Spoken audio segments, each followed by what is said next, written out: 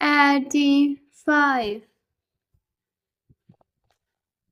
अब तक हमने देखा अदिति जब तैयार होकर नीचे जा रही होती है तब वह सामने से आ रहे विवेक से टकरा जाती है, जिसके बाद विवेक अदिति से पूछता है कि क्या वह इस शादी से खुश है, जिस पर अदिति कुछ नहीं कहती तो विवेक उसे समय लेने को कहता है और वहां से चला जाता है, जिसके बाद अदिति भी हॉल की तरफ चली जाती है। तभी प्रेम एक पिलर के पीछे से बाहर निकल कर आता है। अब आगे अदिति और विवेक के वहां से जाने के बाद प्रेम एक पिलर के पीछे से निकलता है। दरअसल जब प्रेम ने देखा कि अदिति अभी तक नहीं आई है तो उसे लगा शायद वह उसकी गुस्सा होगी इसलिए नहीं आ रही है, इसलिए वह अदिति को मनाने के लिए ऊपर आ गया।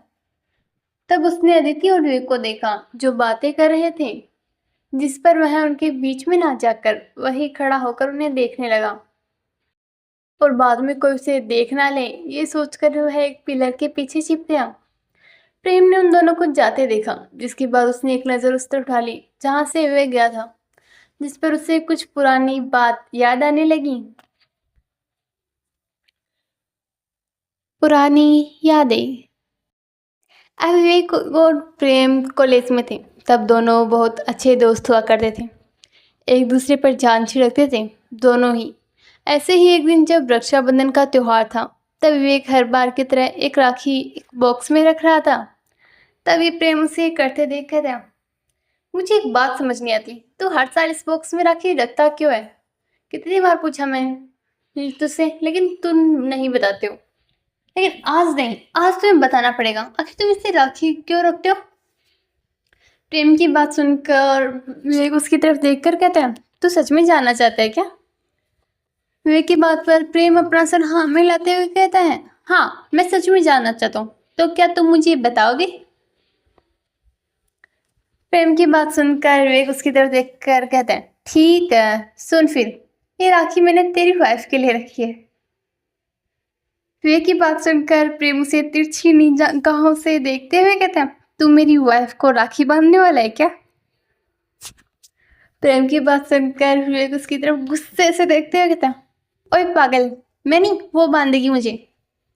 तुझे तो पता है मेरी कोई बहन नहीं है, इसलिए मैंने सोच रखा है कि जब तेरी शादी होगी ना तब मैं उसे अपनी बहन बनाऊंगा और उसका हमेशा साथ दूंगा, फिर हम सबकी लाइफ पूरी हो जाएगी। ये कहते हुए विवेक के चेहरे पर एक अलग ही चमक और खुशी नजर आ रही थी, जिसे देख प्रेम भी एक हल्की स्माइल के साथ कहता है, अच्छा कोई नहीं, फिर इकट्ठी कर ले और साथ में हर साल के लिए गिफ्ट भी, ओके? हिसाब बराबर होना चाहिए। प्रेम की बात सुनकर विवेक हल्की स्माइल के साथ कहता है, इसके लिए तेरा कार्ड है मेरे पास, फिक्र मत कर। विवेक की बात सुनकर प्रेम उसे घूरते हुए कहता है, अच्छा जी, बहन तेरी और कार्ड मेरा। प्रेम की बात सुन विवेक भी इसी तरह कहता है, हाँ तो तेरी भी तो वाइफ होगी, तो इतना तो कर ही सकता है।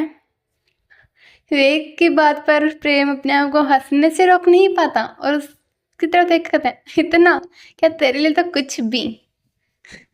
जिस पर विवेक उससे कहता है, अच्छा? जिस पर प्रेम भी अपनी गर्दन हाँ में हिलाता है और दोनों मुस्कुराने लगते हैं। Present day. प्रेम पुरानी यादों में खोए हुए ही रहता है।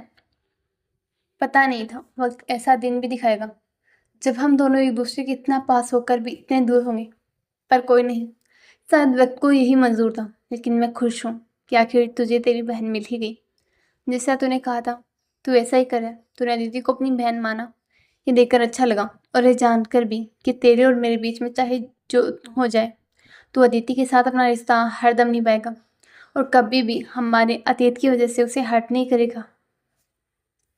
यह कहकर वह थोड़ा उदास हो जाता है जब उसे बीती सारी बातें याद आने लगती हैं, जिसके बाद वह खुद को संभाल कर दूसरी तरफ देखते हैं जहाँ से अदिति गई थी। जिसके बाद फिर से कहते हैं, मैं जानता हूँ अदिति, अभी तुम कंफ्यूज हो, तुम्हें समझ नहीं आ रहा है कि क्या सही क्या गलत, और इस वजह से तुम अपने दिल की बात भी नहीं सुन पा रही हो। लेकिन इसमें तुम्हारी कोई गलती नहीं है। मैं तुम्हें बहुत जल्द अपने प्यार का एहसास दिला करूँगा उसके बाद हम दोनों हमेशा साथ रहेंगे, आई प्रॉमिस। और ये बात तो मैं अच्छे से जान गया हूँ कि तुम भी मुझसे बेहद प्यार करती हो। बस अभी तक समझ नहीं पाई, या हमारे कॉन्ट्रैक्ट की वजह से शायद तुम समझना नहीं चाहती। वजह चाहे जो भी हो, मैं सब सही कर दूंगा। तुम फिक्र मत करना, बस मुझ पे यकीन रख करना एक बार, प्लीज़। यह कहकर प्रेम में गहरी सांस लेता है और खुद को नॉर्मल दिखाते हुए वापस हॉल की तरफ चला जाता है, जहां अदिति आराम से बैठकर सबसे बातें कर रही थी। वह भी उनके पास चला जाता है, जिसके बाद सब लोग भी वहां एक एक करके आ जाते हैं। सब एक दूसरे की तरफ देखकर हल्की स्माइल करते हैं, लेकिन विवेक और प्रेम ने एक दूसरे की तरफ नजर उठाकर भी नहीं देखा था।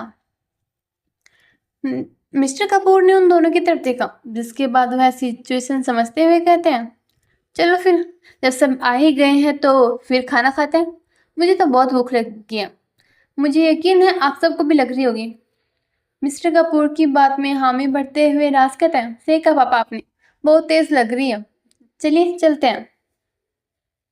इसके साथ ही सब लोग एक एक करके डाइनिंग टेबल की तरफ बढ़ने लगते हैं, जहां पहुंचकर सब लोग चेयर पर बैठ जाते हैं। अदिति की एक साइड में प्रेम तो दूसरी साइड में राज बैठा था। वहीं निशा राज और देव के बीच में बैठी थी। सब लोग अपनी जगह बैठने के बाद नाश्ता करने लगते हैं। इसके साथ ही वो डाइनिंग टेबल का माहौल बिल्कुल शांत हो जाता है। कोई कुछ नहीं कहता है, वहाँ बिल्कुल सन्नाटा पसरा हुआ था, जिसे देख माहौल का हल्का करने के लिए मिसेस कपूर बोलती है, वैसे अदिति बेटा, आपने तो बताया ही नहीं कि आपकी शादी कब हुई थी और कैसे हुई थी। क्या आपकी लव मैरिज हुई थी या अरेंज मैरिज थी? वैसे चाहे जो भी हो, लेकिन हम आपसे नाराज़ हैं। आपने हमें क्यों नहीं बुलाया अपनी शादी में? क्या हम आपके कुछ नहीं लगते? मिसेस कपूर अपनी ही धुन में बोली जा रही थी। वहीं उसकी बातें सुन मिस्टर कपूर के अलावा सब लोग परेशान हो गए। उन्हें समझ नहीं आ रहा था कि वह क्या करें और उन्हें क्या जवाब दें, खासकर अदिति को, क्योंकि मिसेस कपूर ये सारी बातें अदिति से ही कह रही थी। हे डियर लिसनर्स, कैसा लगा आपको आज का पार्ट जरूर बताना। और आपको क्या लगता है, क्या करेंगे अब सब लोग? क्या वो बताएंगे मिसेस कपूर को सच? और अगर ऐसा है तो क्या होगा इसके बाद मिसेस कपूर का रिएक्शन? ये सब तो हमें बाद में ही पता चलेगा, लेकिन आप अपनी राय जरूर बताएगा। तो चलिए फिर मिलते हैं जल्द ही अगले पार्ट में। तब तक के लिए बाय बाय।